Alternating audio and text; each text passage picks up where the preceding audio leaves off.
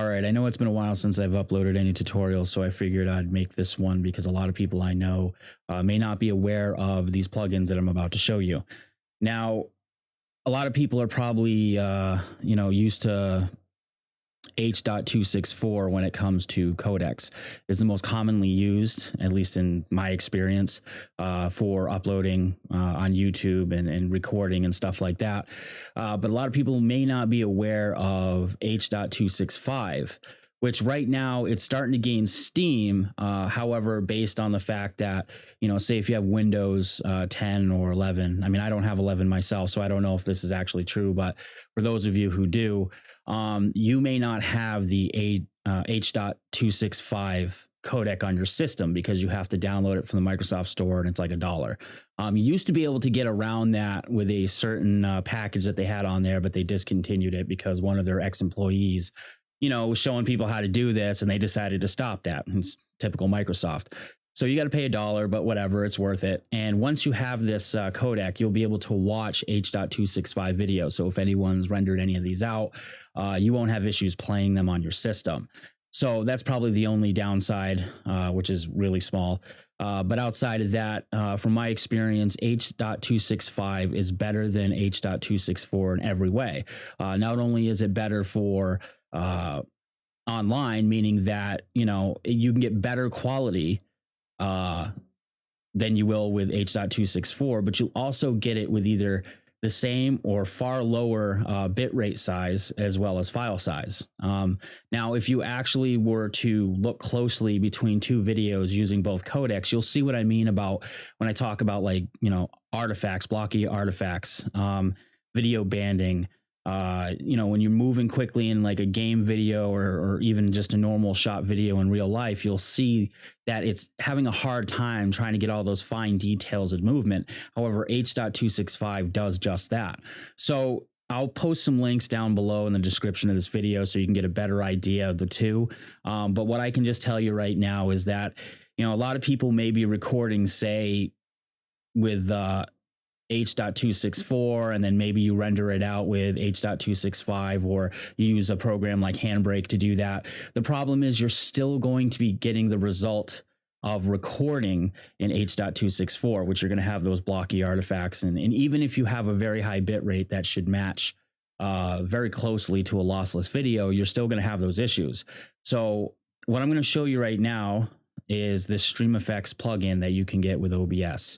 And this is an amazing plugin. It's free.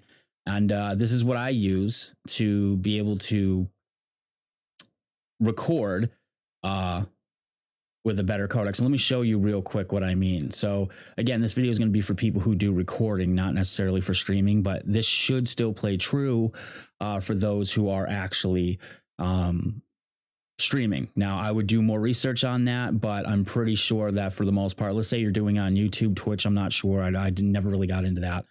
I know on YouTube, you may be able to still use this for streaming. So as you can see right here, it's grayed out because I'm obviously recording, but it says NVIDIA NVENC H.265 HEVC via FFmpeg. Now, this is because of the Streamlabs plugin that I have. You wouldn't have this option unless that was actually plugged in. Or loaded rather. So you have different settings down here. Now, I'm still learning this myself, but I kind of stuck to what makes sense to me. So high quality variable bitrate, because I use variable bitrate for video. There's issues with constant bitrate. Now I know some people will say, you could use CQ and stuff like that, but I like to have a little bit more control.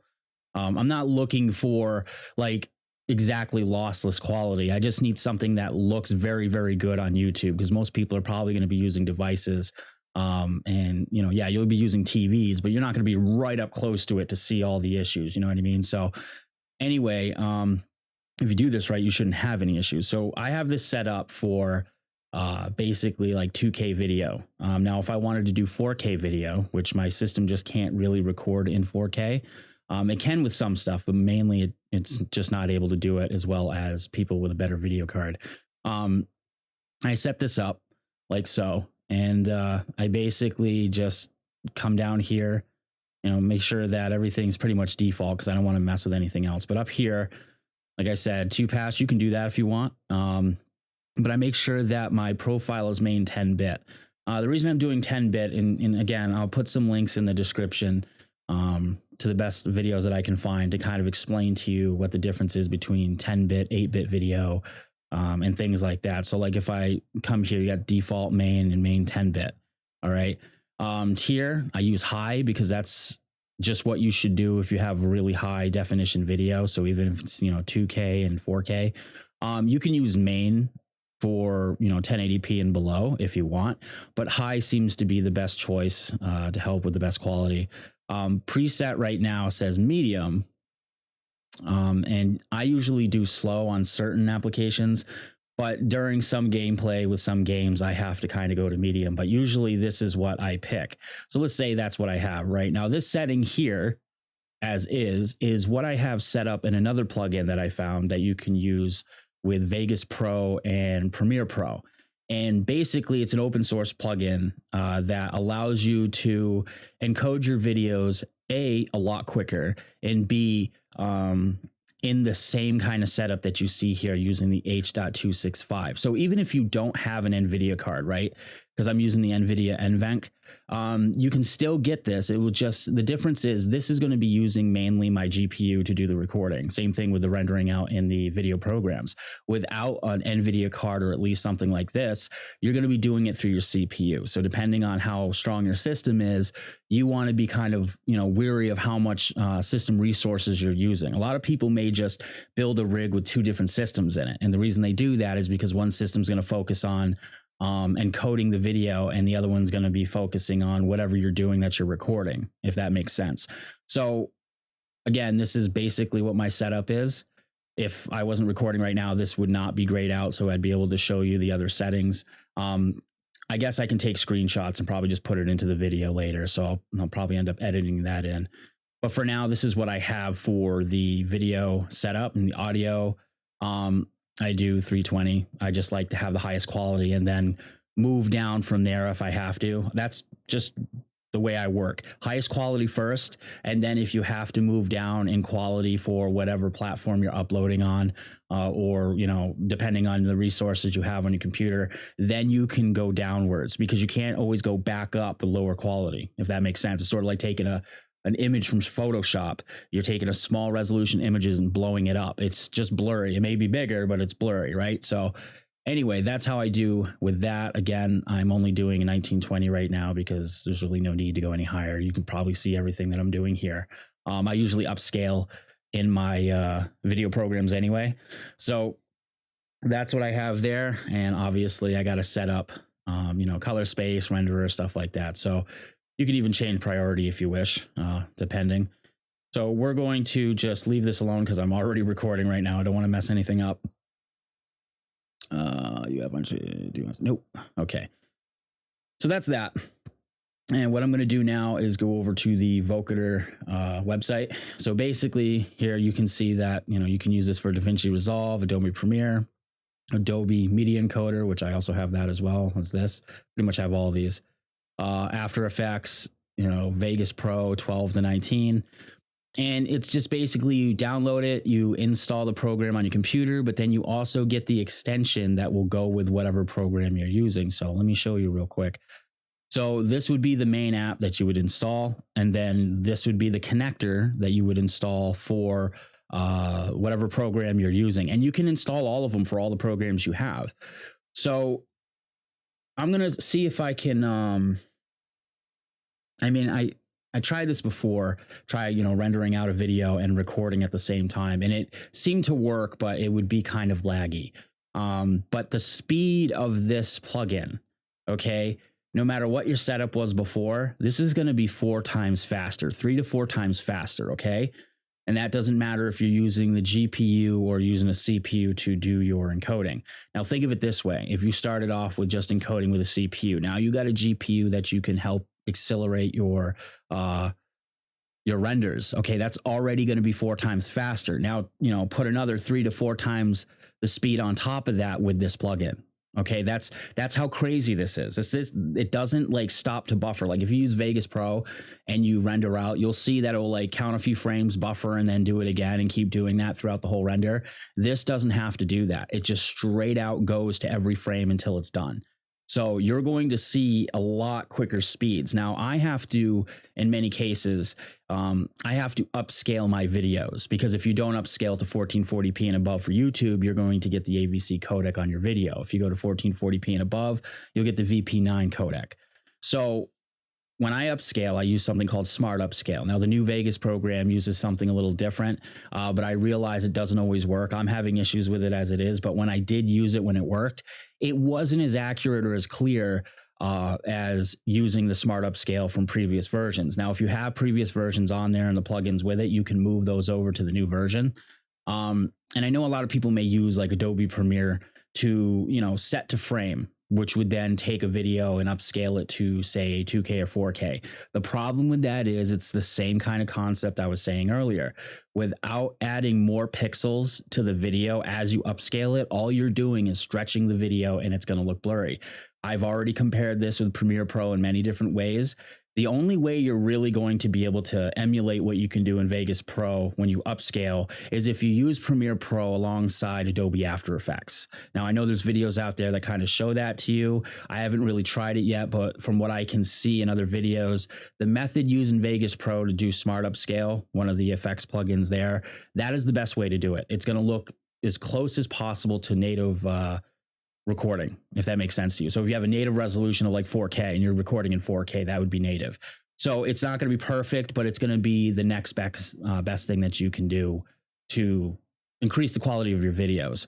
So again, these are the two plugins that you're going to want to get. They're both free. And this will allow you to actually record and render out in H.265. So it doesn't matter if you have a CPU or if you have a GPU that can help with that. Either way, it's going to be quicker than you normally would actually record in. So for instance, I got this open right here. And if I were to go in here, which I'm going to do real quick. So this is probably going to speed ahead to when I import the video. But I'll show you in a second what I mean. Okay, so I have a little bit of a video here of, I think this is Star Wars Movie Battles 2. This is a mod to Jedi Knight Jedi Academy, a game that came out in like 2003, 2004, something like that. This mod has been around for years. It's actually pretty badass if you're into Star Wars. It's probably the best lightsaber fighting game you're going to ever find. So anyway, what I'm going to do quick is I'm going to just cut a small part of this video. So I want to make sure I'm not going too crazy here. So about 12. Okay. So we'll just do this little part here. I don't want to wait forever doing this render. So again, another thing, I'm not going to get into a Vegas Pro tutorial, but you want to make sure that your project settings match the resolution you're aiming to render out with. So you don't want to render out in 4K and then just have your settings to 2K, because it's just going to come out 2K. So let's say that I'm doing a 4K video. Now this is really pressing it. So you're not going to see the speed you normally would if you just rendered out without, like, say, Smart Upscale or any of those upscaling techniques, and you're just aiming for the same resolution your video's in. That's going to be the quickest way to do it. I mean, it's going to be boom, boom, boom, right? So this is going to take a little longer. So don't let this actually, discourage you. I can probably, I guess I'll do a render of 1080p without the Smart Upscale and everything else so you can see the difference. But just understand that what you're going to see right now is not going to actually reflect the quickest speed for the resolution of the recording I have on the timeline. So this will be 4K, and that's the project here, right? So what I'm going to do is I'm going to just, this will be the area that I'm rendering.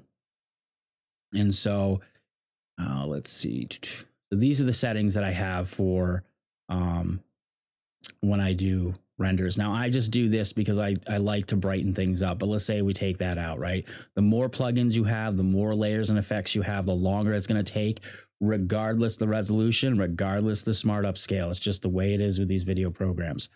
So I even add sharpen. This may be a little bit too much, but with some of these older games that I record, it seems to help pretty well.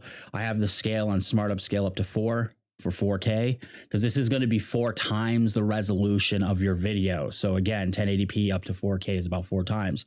Noise sensitivity, you can mess around with this, but the default's 200. So that's basically that. Okay. So now that I have this set to 4K and the upscale is set to 4K, what's going to happen is, in essence, is that you're going to see the video look a lot clearer when it's up in 4K, upscale to 4K, than if I didn't do smart upscale. You would really have to zoom in and look at the pixels. But essentially what's happening is that for every 1 pixel in the 1080p video, when you upscale it with smart upscale, it's adding 4 pixels while it's upscaling. Okay, not afterwards, during the upscale, which means that it gives it more data to work with.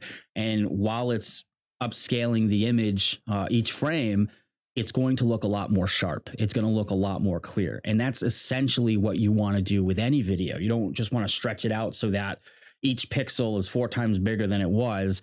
It's just going to look blurry. Same thing with pictures in Photoshop. So here we are. We're going to start doing the render here. And I already have a setting. It depends on what you want to do for the bit rate.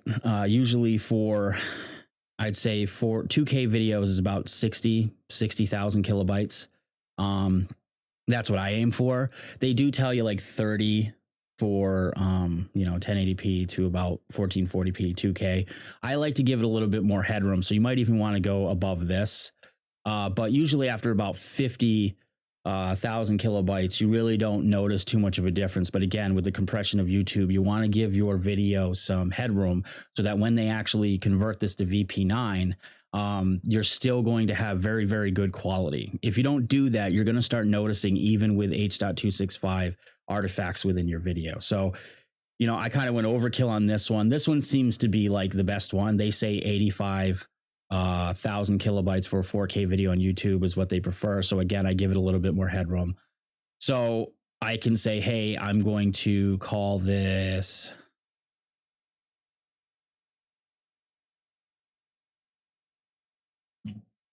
So we'll do that. And that's going to render the video out in a second here. So you're going to see how quick this is going to actually run. Now you may see stuttering in the resulting video. I'm obviously going to see it first, but right now this is moving at the speed it's supposed to. Now it's pretty slow here, but notice how it doesn't buffer. Okay, that's what this Vocator plugin does. It doesn't buffer your video first and then keep stopping and going, stopping and going. Now, this would actually be faster than real-time play if I just rendered out 1080p without smart upscale. This would be faster than it actually playing on a player, which is phenomenal. But for 4K, the speed of this right now, 60 frames a second at 4K, is pretty impressive. Now, I have a Ryzen 5 3600 and I have the NVIDIA GTX 1660. So for that setup, this is actually pretty cool. So again, CPU usage is only at under 20%. Okay, it might go up to 32 once in a while, but for the majority, it's pretty low. Memory usage, this is the RAM that I have in my system. So it's like not even utilizing, like 5% of the RAM I have, and I have 16 gigabytes. So it's pretty good. Again, like I said, if you put more effects on it, it's going to take longer. Disk usage, obviously, it's just building the file. So you're not going to have that insane amount of usage. I have 2 NVMEs, Sabin rockets in my computer. So I'm using those to actually play games and render videos. Now, it's not going to show you the average speed here or the current speed. I guess that's just because the codec, the plugin itself, it doesn't really work with the, I would say, the predictive ability of this video program. Usually it would tell you that, but I guess because of the plugin, it's not going to. So again, it's going to give you a good idea how long it's going to take. Time elapsed. So I mean, it's pretty dang fast. I mean, you can't really complain for something that's free.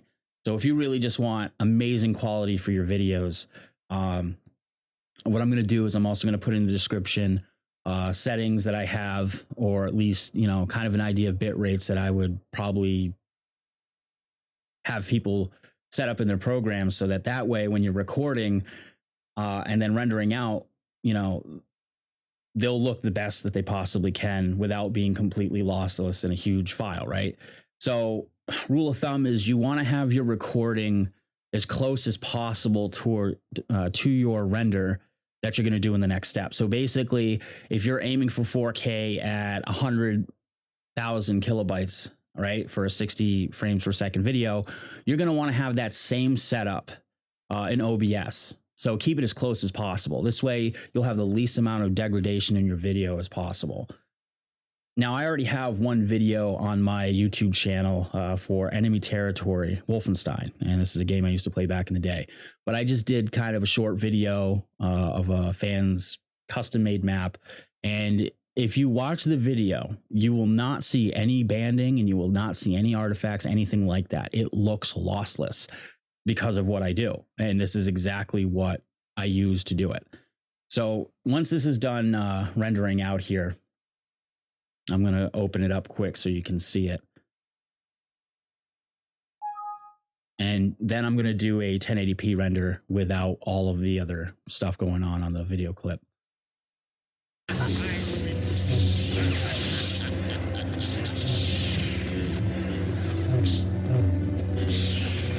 Give me some ammo. I will take no.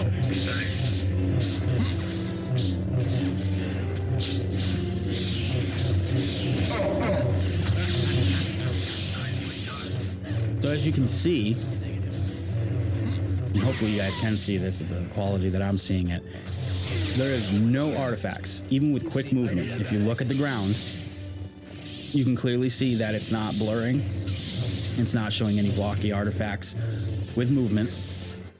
And you will be able to actually see the detail within your videos, especially if it's a fast-paced game like an FPS or a racing game or something like that. And the quality is absolutely amazing for, you know, the file size that it is. So that's basically that.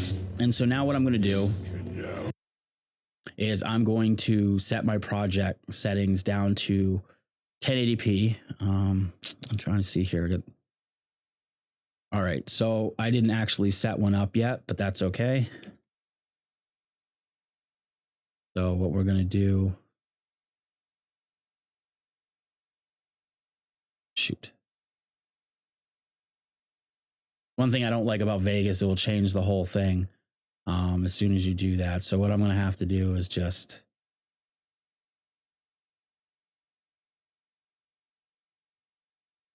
$1K, obviously, 1080p. Yeah. So everything else I basically leave the same. Now, I know I have 8-bit on pixel format, but the other settings here, obviously, it doesn't say 10-bit, so I just felt like this is probably the best bet to pick here. So that's that. We'll push apply. Audio, you know, I kind of leave it all the defaults here. You can increase it if you want, but like I said, again, keep your video and audio settings as close as possible to the original recording. So now that that's done, this is now set down to 1920, 1080. And I'm going to go over here and take off all of the effects. So this way you're not going to have to wait here longer to get your video rendered out. So just to make sure, again, this is what that is. And you also want to make sure that your render out settings matches. So let's see. What I'm going to do real quick is I'm going to customize a template just to kind of give you an idea what you're going to see when you do this. So again, a codec, you got all sorts of different codecs, you know, ProRes, QuickTime, VP9, you could upload with VP9. They're still going to compress your video though, so I don't really see a point in that. But if you're uploading, say, on another, you know, platform or website or something like that, and you got your own video player and server space to use, and you want to use VP9, here you are. So again, this is what I mean. So H.265 is going to be the HEVC. Obviously, H.265, that's what it is. This will be using your CPU. This is the same thing as this, but I'm using my GPU, and that's what I'm going to go with. So there's that. And since I'm not really using a really high resolution, I'm going to keep my bit rate a little bit closer to what they recommend, but I still want to give myself some headroom. So I'm going to go with like 40,000. Right. Now you could do force a 2-pass, and that may make it look a little better. You don't have to, But again, this is like the preset. The preset I had on OBS was slow. Profile was main 10-bit, and then the tier was high. Okay, so in variable bit rate, which I have set up on OBS. And again, this is another thing you want to keep in mind. These are the different types of 8 and 10-bit video you can get. I would, again, I'm going to put a link into the description that will explain this a little better, but you can look this up and see what the difference is. Basically, these are going to use way more color to render out your video with. It may be a good thing, it may be a bad thing, depending on how video players are going to react to this. You may or may not need it. So I usually just leave it at this. I put 10-bit because, again, I have this set up in OBS as 10-bit. So that's these settings here. I leave everything out, the same. Unless you know what you're doing, I wouldn't mess with it. Side data, same thing. I don't mess with that either. Filters, anything like that. Again, you can do research and see what this all means. Like, I'm new too. So output, I do obviously MP4. Settings, pretty much leave it the same. And that's that. So once you're done doing this and you press OK, you can actually go in, right? And you can set up a preset. And so the 1K, 60 FPS, 40K slow, right? Now, this doesn't really matter. Like, you could always change this and then save it the same thing, but you want to kind of keep in line with each setting, name it properly. And when you go in here, you're going to see how you set it up, right? But what really happens is it's all affected in this. So that's done there. Once you do that, it's going to pop up here. Now I have filter on for favorites. This way you can unfavorite certain ones and only have the ones you really want. So we're going to work with this one here. I did have this down here. I noticed that, but I know I did some changes with these last two. So that's why I'm doing another one. So that's just, 1080p. And what we're going to do here is whatever, right? So I'm about to render, and you're going to see how fast this thing goes. It's insane. See what I mean? How it's going way faster than if you were playing it back. That's insane. That's how fast this goes. So that's, 4 times faster with just using a GPU to help accelerate your renders, and then another 3 to 4 times faster with the Vocator plugin. That's just how insane this is. This is going to be done within a matter of seconds. And I know it's only like a few second clip or a few minute clip, but just think about that, how much time you're going to save. And this is all because of a plugin in OBS and a plugin that you can get for your video editing programs. Now, again, these can be used in streaming. I'm just showing you what you can do with recording. So if you want to do streaming, once I get more used to doing that again, my internet connection isn't the greatest, but if I can pull it off, I'll do a video about that. But there's tons of videos out there that can explain exactly what you need to keep in mind while streaming. And then once you look into these plugins, you'll say, oh, okay, so this is what I can probably do. Some platforms won't allow you to stream in certain resolutions or using certain codecs. Okay, so you'll have to go with whatever they work with best. So for Twitch, I know they're still trying to catch up, but that's also because they tend to allow people that have more followers and corporate backing, which Twitch is kind of getting like that, and it's been like that actually. Then you'll have the availability to a higher bit rate and higher resolution and quality of your videos. But with YouTube, I can tell you right now that they don't really have such restrictions yet. So you should be fine if you do YouTube streaming. This should be able to work for you properly. So again, that's it basically. StreamFX and Vocator. So hopefully this helps you out. Sorry, this is dragged out. I'm just trying to figure out what to cover here without forgetting anything. And again, just keep in mind, use this as a workflow motto. Record in the highest quality possible to start with. Avoid AVC at all costs, unless you don't care about video quality. If you're just doing something like playing instruments, or you're cooking and doing all that stuff, you don't really care about quality. This video may not be for you, but if you're a person that really cares about quality of your video, this is. But even so, you can still use these plugins to make your rendering process a lot quicker. And you want to keep in mind, keep the quality of your recording as close as possible to every step after that. So high quality recording, high quality render, same bit rate, same audio bit rate, same frame rate, stuff like that. And you should be fine across the board. So hopefully this has helped you out. And yeah, I'll catch you guys in the next video.